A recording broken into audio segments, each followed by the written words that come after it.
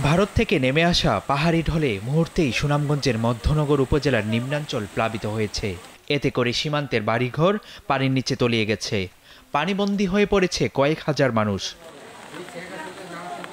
রবিবার সকালের দিকে মহিষখোলা ছড়া ও সোমেশ্বরী নদীর পানি অস্বাভাবিকভাবে বৃদ্ধি পেয়ে লোকালয়ে প্রবেশ করে।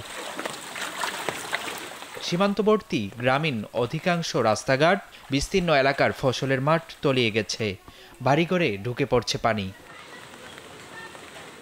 স্থানীয় জনপ্রতিনিধিরা বলছেন, শনিবার থেকে অতিবৃষ্টি ও উজানের পাহাড়ি ঢলে উপজেলার নিম্নাঞ্চলের 25 থেকে 30টি গ্রাম প্লাবিত হয়। এসব এলাকার আমন ধান ও মাছের খামার ব্যাপক ক্ষতিগ্রস্ত হয়েছে। Desk report, Daily Sun.